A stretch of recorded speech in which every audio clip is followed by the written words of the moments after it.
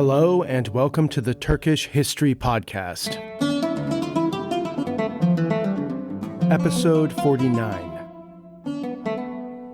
The Silver Prince.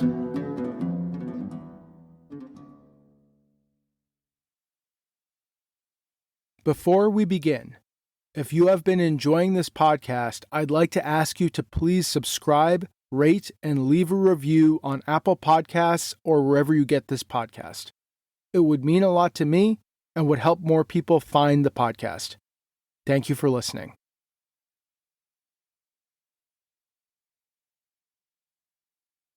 So last time, we discussed the Turkish victory in the Crusade of 1101, called by many the Crusade of the Faint-Hearted, or the Lombard Crusade. How Kılıç Arslan rallied the Turks of Anatolia into a grand alliance that then utterly annihilated the infidel invaders. This great victory cemented Kılıç Arslan's legitimacy among the Turks of Anatolia, and even, on some level, his supremacy. By organizing and leading the war against the Crusaders, he was both reversing his former failures and establishing himself as the preeminent Turkish leader in Anatolia. And today, we will discuss how Kılıç Arslan would use this victory to rebuild, in a sense, to re-establish the Sultanate of Rum. But also, how the tensions within the alliance led by Kılıç Arslan, in particular, the tension between the Danishmends and the Sultanate that has been simmering under the surface, will finally boil over. How the alliance that won the war against the Crusade of the Faint-Hearted will end, and how war will erupt between the Roman Sultan Kılıç Arslan and the Danishmend Bey, Gümüştegin Ghazi, whose name, of course, means the Silver Prince. Now to begin, I think we cannot overestimate the dire straits that the Sultanate of Rum was in prior to the Crusade of 1101. The capital had been lost, along with the rich lands of the west, where the Sultanate had in fact been born. The Sultan's legitimacy was at rock bottom after losing two great battles at Iznik and Dorylaeum. The state was basically broke after the loss of the royal treasury and huge herds. And then, in the war of resistance against the Crusaders, the Turks had adopted a scorched earth policy in the path of the invading army. That is, right across the center of Anatolia that was now the only territory left to the Sultanate. This meant that the wells were despoiled, the villages plundered, and the fields burned. And so, the Sultanate had to survive in these destroyed lands. Indeed, this ruined land was all that was left to it. Even Konya, the only city of any real size left to the Sultanate, and its putative capital, seems to have been barely under its control. A relatively small and exhausted Crusader army, led by Stephen of Blois and William of Grandmesnil, entered the city without facing any opposition at all in 1098. The Sultanate of Rum was reduced to what amounted to a roving Turkish army that exercised some sort of control over the towns and countryside around Konya and a pocket of the grasslands that stretch out to its east and its north. Its only great resource was that at its head was a Seljuk prince of noble lineage, but one whose own hubris and failure had led to the most catastrophic defeats in Turkish history. That Kılıç Arslan survived this, that he kept his head and his throne in the years between 1098 and 1101 is quite frankly astounding. he was essentially just the leader of a shell-shocked army of dead-broke Turkish warriors who had lost basically everything. His legitimacy was shattered, and the state institutions of the Sultanate, the Greek administrators who ran the imperial institutions that the Sultanate had taken over from the top down, were now gone. They were in Iznik, back in the service of the Roman Emperor, or else in the other cities that were lost. Only Konya remained, and even there, the Sultanate's control over the city was in fact quite shaky. So while we can say that the Sultanate survived, it was really that the Sultan survived against the odds. The state was, in essence, basically destroyed over 1097 and 1098. What followed was more than a mere regrouping or reconsolidation. It was basically a re-establishment. So how did Kılıç Arslan do this? Why did he survive? I think the main reason is the same thing that allowed Kılıç Arslan to seize the throne in Iznik shockingly quickly after his return from the jails of Esfahan: his exalted lineage. As we have seen previously, the tribes and the smaller beys saw rule by the House of Seljuk as legitimate, and therefore, if there was going to be someone organizing a united response, a grand alliance against the foreign invaders, it would have to be a Seljuk prince at the top. And Kılıç Arslan was, simply put, the only Seljuk prince around in Anatolia. He was therefore the man optimally positioned to organize the alliance and run the war, despite the fact that, it was his own fault that they were all in this predicament in the first place. Thus, Kılıç Arslan took up the mantle of leader of the Turkish resistance, the man organizing and directing a grand Turkish alliance against the Crusaders and the Byzantines. But this naturally caused great tension with the man who actually led what was now the greatest Turkish military force, at least in Anatolia: the Danishmend Bey, Gümüştegin Ghazi, the Silver Prince. And the two men were far from the best of friends.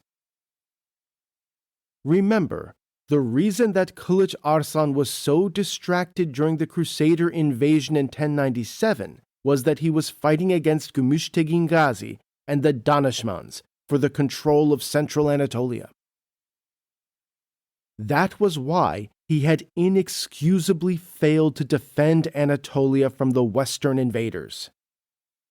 Basically, all of his forces were either besieging Malatya or otherwise fighting the Danishmends in the east. It was only after both Kılıç Arslan and Gümüştegin had realized just how terrifying the Crusaders were that they had hastily made an alliance, and Gümüştegin rode to the aid of the Sultan. Indeed, Kılıç Arslan is extremely lucky that Gümüştegin rode to his aid instead of allying with Constantinople or the Crusaders to destroy him. Had he done so, I think that there is no chance at all that Kılıç Arslan would have survived. But Gümüştegin didn't do that. Instead, he was the first major bey to join Kılıç Arslan's alliance, something that, in my humble opinion, speaks quite well of him. Gümüştegin and the Danishmend army were indispensable to this alliance, and they would soon become the top Turkish army in Anatolia, at least for a time. See, while the Sultanate had endured grievous defeats at the hands of the Crusaders and the Byzantines, the Danishmends themselves came out the other side in fairly decent shape. Aside from some outlying border regions, their territory was not really invaded in the First Crusade of 1097.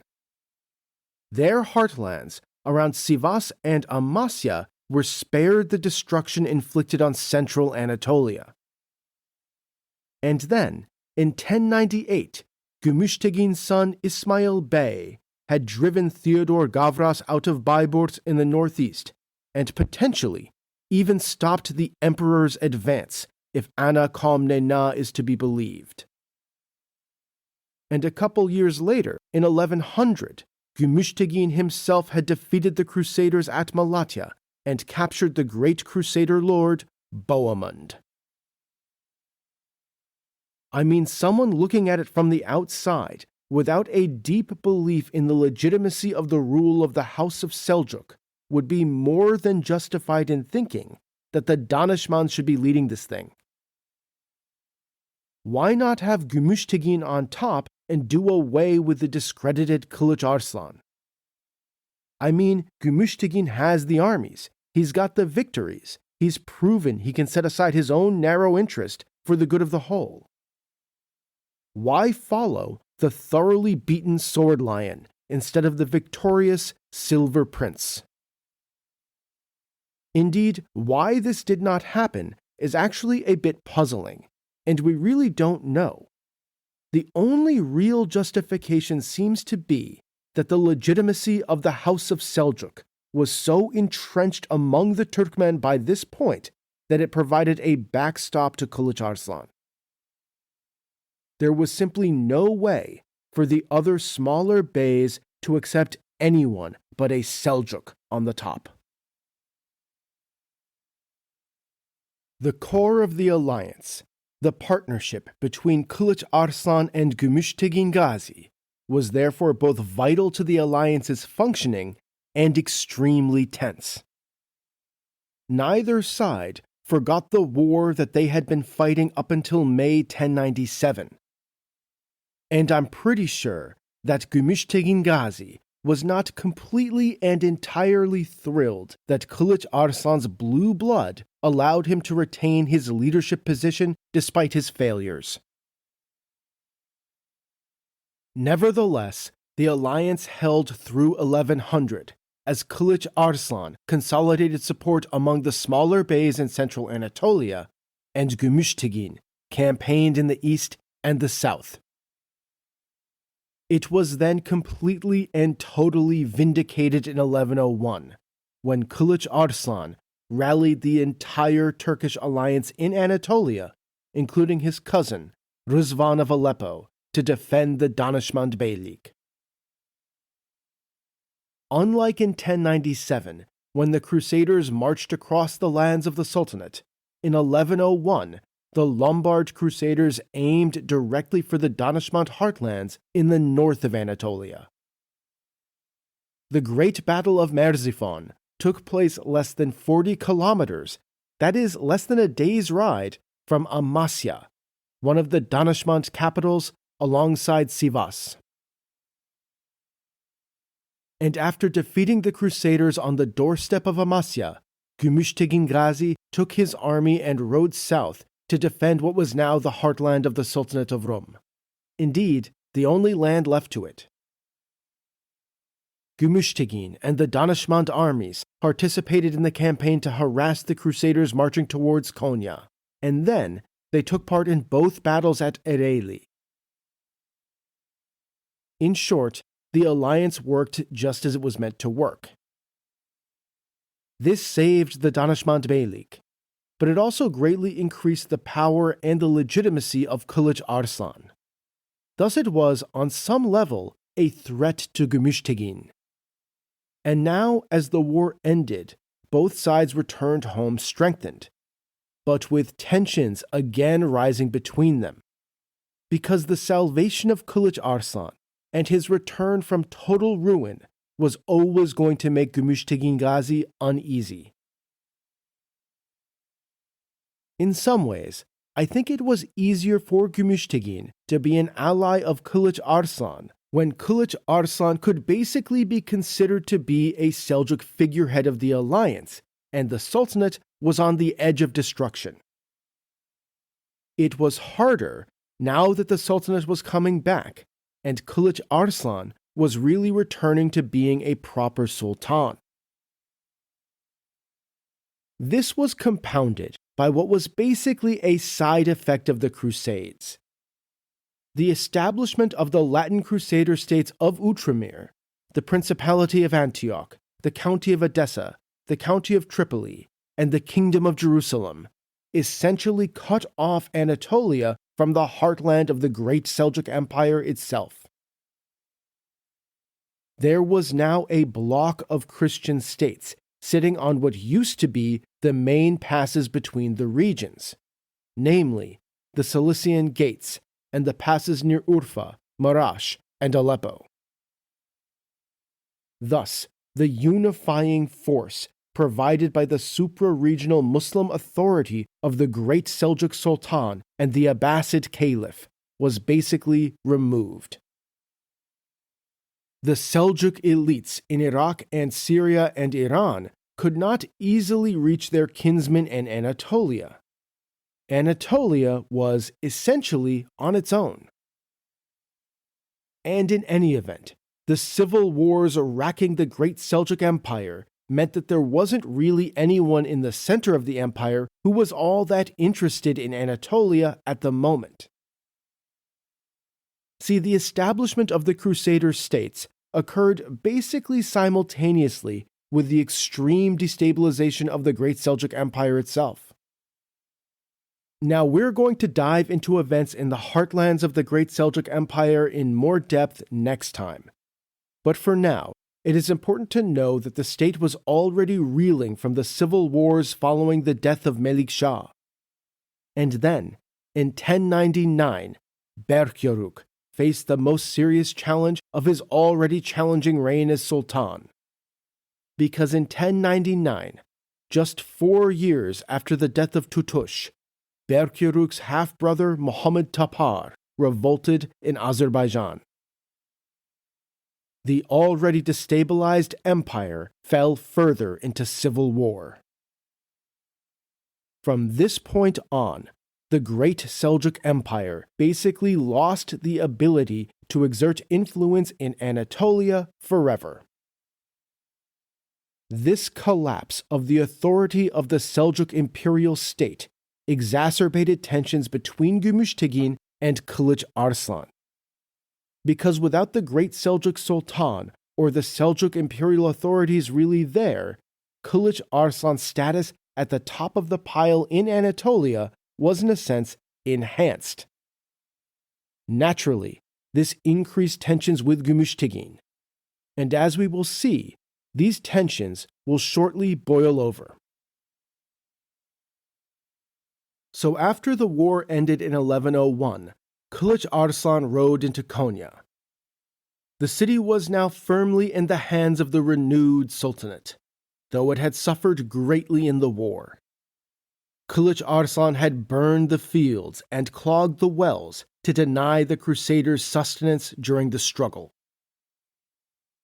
The city that would soon be transformed into the capital of the Sultanate was now, if not a ruin, likely in dire straits. Here, Kılıç Arslan began to establish anew the structures of government pioneered back in Iznik, the trappings of the Sultanate, divans and viziers taking over the existing Roman institutions of government that had remained on in Konya. And though the construction of the great palaces and mosques of Konya largely began during the long reign of Kılıç Arslan's son Mesud, it is likely that Kılıç Arslan at least oversaw the repair of the city and some initial building works. And of course, in the years after 1101, Kılıç Arslan began expanding the reach of the Sultanate's power in Anatolia. This was basically a continuation of the role Kılıç Arslan took during the war, the leader of the alliance fighting the infidel invader. The smaller beys of central Anatolia had joined the alliance to fight under him in 1101, and after the victory, they remained his vassals. Now, he sought to tighten his control over them, in a sense, as part of upholding the unity that had gained victory. And as a part of this, it was really here that the ideology of jihad, began to underpin the Sultanate's legitimacy. See, prior to the coming of the Crusaders, we don't really have any evidence that the Anatolian Turkish beys saw their Ghazi status as particularly important. Or more accurately, to the extent that they did conceptualize of themselves as Ghazis, this was not seen as a critical part of their legitimacy as rulers. And this kind of makes sense. The beyliks began as projects of cooperation between the Turks and the local Romans, the Greeks, Armenians, Suryanis, and others who made up Byzantine Anatolia. The Turks stepping into the role vacated by the now gone Roman soldiers and mercenaries. We can see this lack of a holy warrior or jihadi gloss in the way that the beys adopted Roman titles and appropriated the symbols of the Roman imperial ideology. Think of Chaka Bey using the title Nobilissimus, or Ebul Qasim being a Sebastos, or Suleiman ritually bowing to Nikephoros Votaniates in the manner dictated by Roman imperial ideology. And that practice of the steppe nomad working within the political system of the settled world he enters is of course something we've seen over and over before, from China to Iran to Rome. It's an ideology of adoption, of assimilation, in this case, into the Roman Christian world. And it's sort of the opposite of positioning yourself as a holy warrior, implacably opposed to the Christians. But now, as the Turkish beys faced an existential threat from the foreign Christian invaders who themselves were and self-consciously presented themselves as holy warriors, the ideology of the Ghazi, the ideology of jihad, was becoming a critical part of their legitimacy. They were beginning to position themselves ideologically not as Turks entering into the Roman political system, but as Ghazi holy warriors prosecuting the jihad. And this was particularly important for Kılıç Arslan, because coupled with his blue blood, it was by being the Ghazi leader, the organizer of the jihad, the holy struggle of resistance against the foreign infidel invader, that he could cement his control over the smaller beys of central Anatolia. And we of course see this in the later Islamic histories. In a rather audacious bit of revisionist history, the dynasty of Kutalmış would transform themselves from guys who got their start as vassals of the Roman emperor into the implacable Ghazis, the holy warriors of Anatolia, the leaders of the great jihad. But as we will come to see, as ever, this propaganda will be far divorced from reality, and the Turks of Anatolia will continue to be deeply influenced by, and in turn deeply influence, the Byzantine Christians they bordered and indeed lived among. Thus, Kılıç Arslan set out to cement his control over his patch of Anatolia. There were, of course, limits to his ability to expand his power and influence. By the early 1100s, the southern coastline of Anatolia was firmly in Byzantine hands, and the Taurus Mountains formed a natural border with Cilicia. But even here, there are reports of Turkish nomads and raiders moving into the mountain passes, sometimes even striking into Norman-held Cilicia itself. And these Turks were now vassals of the Sultan in Konya, who, as we will shortly see, harbored hopes of conquering the land that decades earlier had been brought into the Sultanate by his father Suleiman. Based on the account of Ana Komnena, in the west, the Sultanate seems to have re-established its authority over Akşehir and Bolvadin, though nearby Afyon remained in Byzantine hands. But it was really towards the north and the east that Kılıç Arslan expanded the Sultanate's power, and it appears that soon the Sultanate of Rum was the uncontested overlord of the basin of grassland and plains running north as far as the region of the large salt lake Tuz Gölü and east to Aksaray and Cappadocia.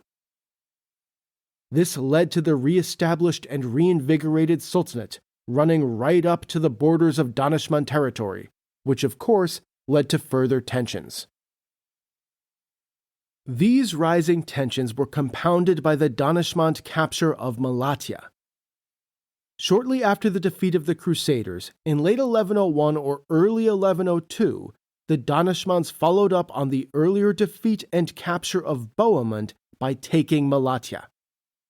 Ibn al-Athir tells us that the army was led by Ismail, the son of Gümüştegin Ghazi, that same Danishmend Bey who had driven Theodore Gavras out of northern Anatolia after the First Crusade. Malatya was of course the city Kılıç Arslan had been besieging when the Crusaders had invaded, and it was of great importance to the Turkish beys of Anatolia. Malatya controls a critical pass from Anatolia into the lands of the Middle East and the central lands of the western half of the Great Seljuk Empire. And the importance of Malatya had only grown. Like I said earlier, the establishment of the Crusader states of Outremer in the Middle East created a block of Christian states between Anatolia and the heartlands of the Great Seljuk Empire. Cilicia, Antioch, and Urfa were all in Christian hands, meaning that the Cilician gates and the other western passes from the plateau now led into those Christian lands. This further cut off Anatolia from the empire, making Malatya and the eastern routes more important. Malatya and fortified places like it were now the only way to secure access to the emirates of the Jazirat and Diyarbakir and the center of the Muslim world beyond. And we should never forget that Anatolia was at this time very much a side theater of the great empire. The heartlands of the Great Seljuk Empire, the central lands of Islam, were far more valuable and prestigious, and seeing as they were full of Muslims, easier for Muslims to rule. Additionally, as we will discuss in more detail next time, by the early 1100s, southeastern Turkey and northern Iraq, the only gates to Anatolia controlled by Muslims, were freshly in the hands of two rival beys. This led to further instability in a region critical to both Kılıç Arslan and Gümüştegin. The Danishmend seizure of Malatya was therefore a huge boon to the Danishmend Beylik, but its fall denied Kılıç Arslan the prize he had long wanted. And in this new political world created by the Crusades, Danishmend possession of Malatya placed further strain on its already difficult relationship with the Sultanate. Indeed, Michael the Syrian writes that the Danishmend seizure of Malatya caused what he calls incurable hatred and hostility between Gümüştegin and Kılıç Arslan. And thus tensions continued to escalate between the top two Turkish potentates in Anatolia. All of this was further compounded by the evolving external political situation, in particular, the deteriorating relationship between the Crusaders and Constantinople, and the chaos in the western lands of the Great Seljuk Empire proper. Now we're going to discuss the chaos within the Seljuk Empire next time, the civil war between Berkyaruk and Muhammad Tapar, and the complete destabilization of northern Syria and Iraq. But almost as important was the deteriorating relationship between Constantinople and the Crusaders. As we discussed last time, relations between Bohemond and Emperor Alexios Komnenos were already basically at rock bottom. The Norman adventurer, who had previously invaded the empire, had set himself up as the Lord of Antioch, despite the fact that he had given an oath to the emperor to return that territory to him. The Crusaders were full of fury at what they saw as the duplicity of Byzantium, even darkly alleging that the emperor worked with the Turks behind their backs. Alexios had tried to counter Bohemond and the Normans in Antioch and Edessa by forging a strong working relationship with Raymond of Toulouse and the county of Tripoli. But then, Raymond's crusade got basically totally destroyed by the Turkish alliance led by Kılıç Arslan in 1101. Alexios then tried to isolate the Normans through improving his relationship with the Kingdom of Jerusalem. This was somewhat successful, though not entirely so, as Alexios was already widely hated in Crusader circles. Indeed, a knight who had returned to the West after the First Crusade was currently in Rome, indicting Alexios for treachery and treason before the papal authorities and spreading the news of his double dealing throughout the West. Nevertheless, in Easter 1102, an embassy from Jerusalem came to Constantinople, and after some tough negotiations, a treaty of friendship was signed. In addition to a free trade deal, Alexios promised to break off ties with the Turks and officially denied any involvement in the demise of the Crusade of the Faint-Hearted. And I know it is shocking to hear, but believe it or not, Emperor Alexios had no intention of keeping that promise about not talking to the Turks. Yet even though he was obviously lying through his teeth, the fact that he was forced to do that, to officially deny any role in the failure of the Crusade of the Faint-Hearted, and promise not to talk to the Turks, shows just what the general opinion of him among the Crusaders was, and how much they saw him as a duplicitous traitor. Now, though, with his relations with at least some of the Crusaders at least somewhat on the mend, Alexios Komnenos prepared to raise an army to invade Cilicia, defeat the Normans, and return Antioch to the empire. Thus, within a year of the demise of the Crusade of 1101, the conflict between Constantinople and the Norman Crusaders over Cilicia and Antioch was clearly trending towards open war. And it was this conflict between Constantinople and the Norman Crusaders that would ultimately break the increasingly tense and difficult relationship between Kılıç Arslan and Gümüştegin Ghazi. It would provide the straw that would break the camel's back and lead to open war between the Sword Lion and the Silver Prince. Now remember, the reason that the Crusade of the Faint-Hearted, or the Lombard Crusade as it's also called, had marched east into Danishmend territory in the first place is that they wanted to free Bohemond. But then the Turks had absolutely annihilated them. Bohemond was therefore still a prisoner of the Danishmends after the Crusade met its end in 1101. With Turkish power in Anatolia secured after the victory, the Norman Crusaders in Outremer reached out to the Silver Prince in early 1102 and began negotiations for the ransom and release of Bohemond. According to Matthew of Edessa, an Armenian lord, Goch Vasil, acted as an important intermediary, organizing funds raised among the Crusader lords, particularly in Antioch and Edessa. Bohemond himself was of course deeply involved in these negotiations, and the sides soon settled on the colossal sum of 100,000 bezants. But naturally, back in Constantinople, Emperor Alexios Komnenos did not want this to happen. He wanted Bohemond to be turned over to the empire so he could finally get his hands on the dangerous and treacherous Norman adventurer. And so, Alexios sent the Duke of Trabzon on the Black Sea, a man named Gregory Taronotis, to Amasya to see if he could purchase Bohemond instead. Through Duke Gregory, Alexios offered Gümüştegin the even more colossal sum of 260,000 bezants for his hated enemy, no doubt dreaming of just what he would do to the Norman barbarian when he was finally carted off to Constantinople. This, ultimately, is what led to the fatal break between the Silver Prince and the Sword Lion.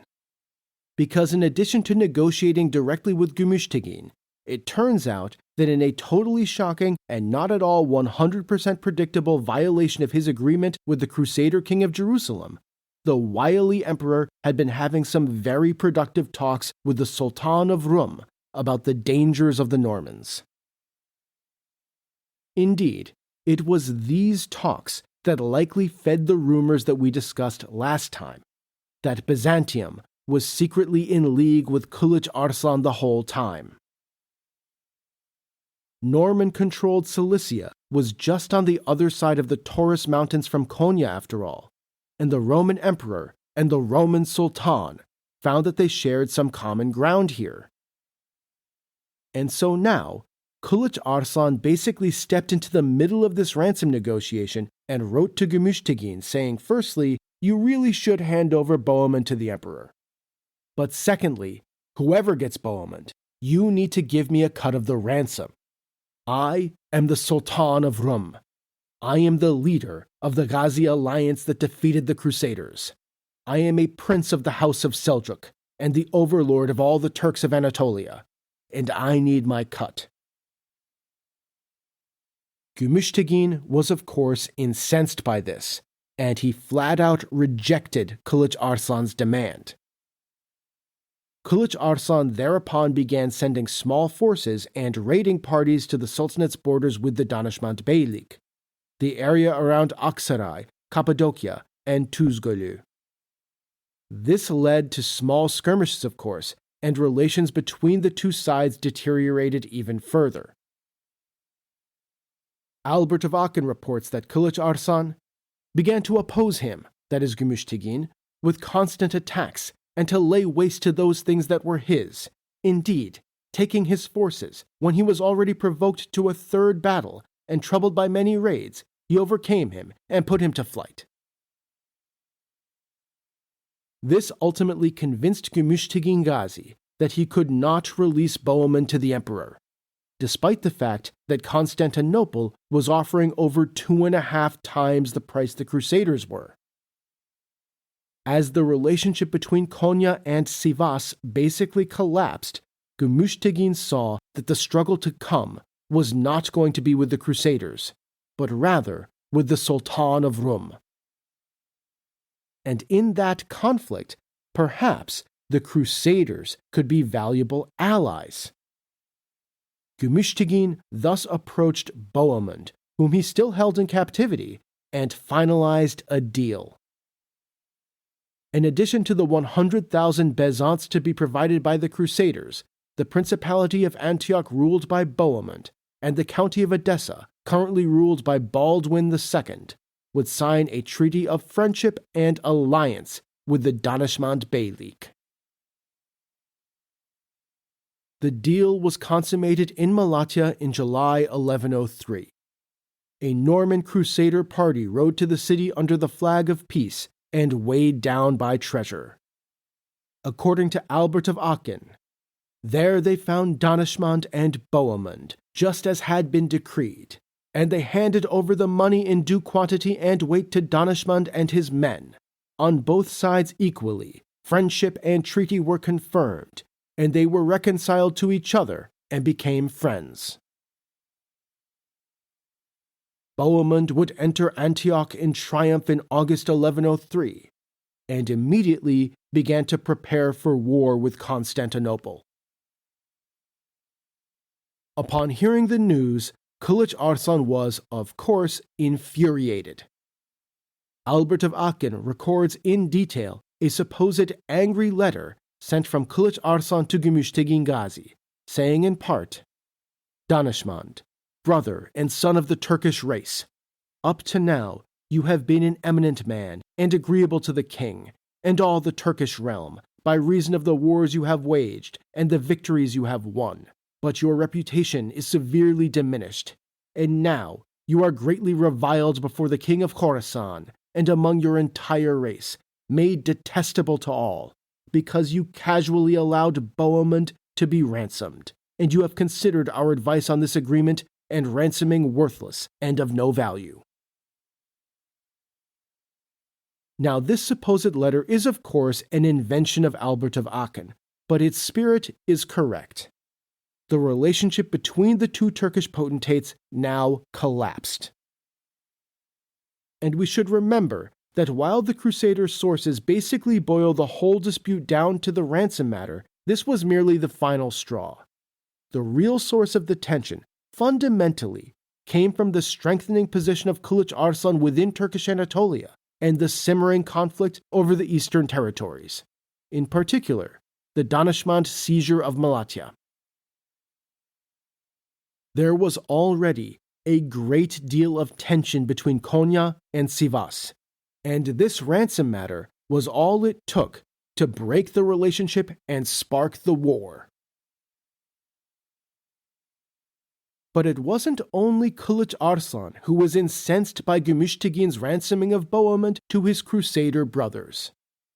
Because in Constantinople, Alexios Komnenos was absolutely livid that his Norman enemy had been set free, especially after he thought that an agreement had been reached with Gümüştegin. So naturally, the talks between the Emperor of the Romans and the Roman Sultan deepened, and shortly, a new alliance would be made between Constantinople and Konya. Thus, the Turkish Grand Alliance that had won the war a mere 2 years earlier fell apart. In its place, two new rival alliances emerged. On one side, the Danishmend Beylik allied with the Norman Crusaders, the Principality of Antioch and the County of Edessa.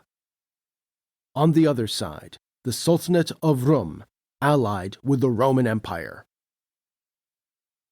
And these two rival alliances immediately went to war. Indeed, in some sense, it was this new war that created the alliances. Because already, in early 1103, the forces of the Sultan of Rum were probing into Danishmend lands. Emperor Alexios was preparing for an invasion of Cilicia. The Normans were preparing to resist the empire, and Gümüştegin Ghazi and the Normans were preparing to attack the city of Harran in the east. And so, in August 1103, shortly after Bohemond returned to Antioch from his captivity, Kılıç Arslan launched an invasion of the Principality of Antioch and the borderlands around Maraş, held by the Danishmends. This was a major escalation from the relatively limited raiding that had occurred along the Danishmend borderlands in Anatolia. The Arab chronicler Ibn al-Qalanisi says that Kılıç Arslan was forced to turn back from his invasion into Norman territories of Outremer in order to face the Danishmend army, implying that Gümüştegin rode to the aid of Bohemond before Kılıç Arslan could reach him in Antioch. This then forced Kılıç Arslan to turn north to protect his rear and avoid being caught between the two. Ibn al-Qalanisi says that a great battle took place between the forces of the Sultanate and the Danishmends in the vicinity of Maraş, and that Kılıç Arslan was victorious and inflicted on Gümüştegin what he calls a severe punishment. Kılıç Arslan then rode on as far east as Aleppo, the city that his father had died attempting to seize decades earlier, and received supplies from its emir, Ruzvan. If you'll remember from last episode, Ruzvan was a distant cousin of Kılıç Arslan, a son of Tutush, who had joined the alliance led by the Sword Lion to defeat the Crusaders in 1101. Likely, Kılıç Arslan was setting the stage for future conquests he envisioned in the east, a war to take the critical eastern territories from the Danishmends, potentially an alliance with Ruzvan. And Ruzvan, for his part, appears to have welcomed this embassy from the Sword Lion, but as we will come to see, relations between the two descendants of Seljuk would soon worsen. But for now, with the ground thus laid for his future eastern campaigns, Kılıç Arslan appears to have then marched back to his new capital at Konya. The Danishmends had been chastened, and the stage had been set for the Sultanate's war for the eastern territories of Anatolia. Back in Sivas, no doubt, Gümüştegin Ghazi began preparing for what was sure to be a long and difficult war. But it would turn out that Gümüştegin Ghazi would not be able to prosecute such a war or avenge himself for his defeat at Maraş. Because sometime in autumn 1104, Gümüştegin Ghazi, the Silver Prince, died in Sivas of unknown causes. Kılıç Arslan's great rival in Anatolia, and the man who had in fact saved him from total destruction, was now no more. And I'd like to just pause for a second and reflect on the importance of Gümüştegin.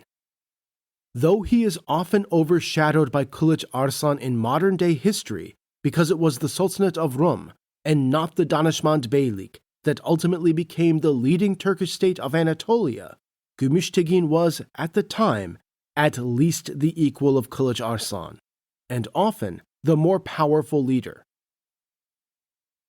Personally, he was considered by his contemporaries to be a just and honorable man. Even the Armenian chronicler Matthew of Edessa sung his praises, even claiming that Gümüştegin was Armenian himself. Matthew eulogized the Silver Prince, saying, "In this year, the great emir of the Roman lands, Danishmend, died. He was of Armenian nationality, a good man, and a builder of the land, who demonstrated great mercy towards the believers in Christ. There was great mourning among the faithful under his rule." Under Gümüştegin, the Danishmend Beylik conquered a huge swath of northern, central, and eastern Anatolia.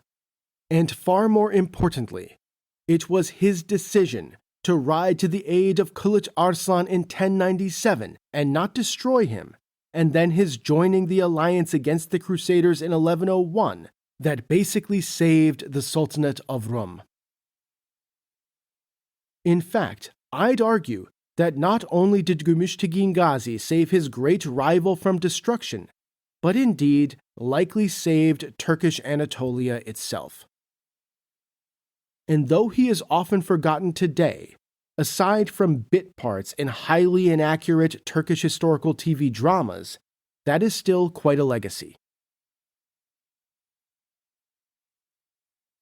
Reportedly, Gümüştegin had 12 sons, a truly dangerous thing given the Turkish rules of succession, where any member of the royal family has a claim. Ultimately, though, he would be succeeded by only 2 of his sons, who divided up his beylik. The elder of them, Emir Ghazi, took the better portion, the Anatolian heartlands, including the Danishmend capitals of Sivas and Amasya. And it will be under Emir Ghazi that in many ways the Danishmend Beylik will reach the zenith of its power. Emir Ghazi is going to have a long reign and will be with us for many episodes to come. The younger heir, Sungur, took the great new prize of the Beylik, Malatya. And as we will see next time, Sungur will have a far less stellar career. Kılıç Arslan no doubt celebrated when he heard of the news of the passing of his one-time ally and oftentimes enemy. As the Danishmend Beylik reeled following the death of the Silver Prince, the Sword Lion was now, indisputably, the leading Turkish potentate in Anatolia. But it turns out that Kılıç Arslan will not long savor his time at the top, because next time, in an echo of the passing of his father Suleiman, the first Roman Sultan, Kılıç Arslan will attempt to use his supreme position in Anatolia to rise even higher. And thus, as the great Seljuk Empire falls further into disorder and chaos, the Sword Lion will ride east for the last time.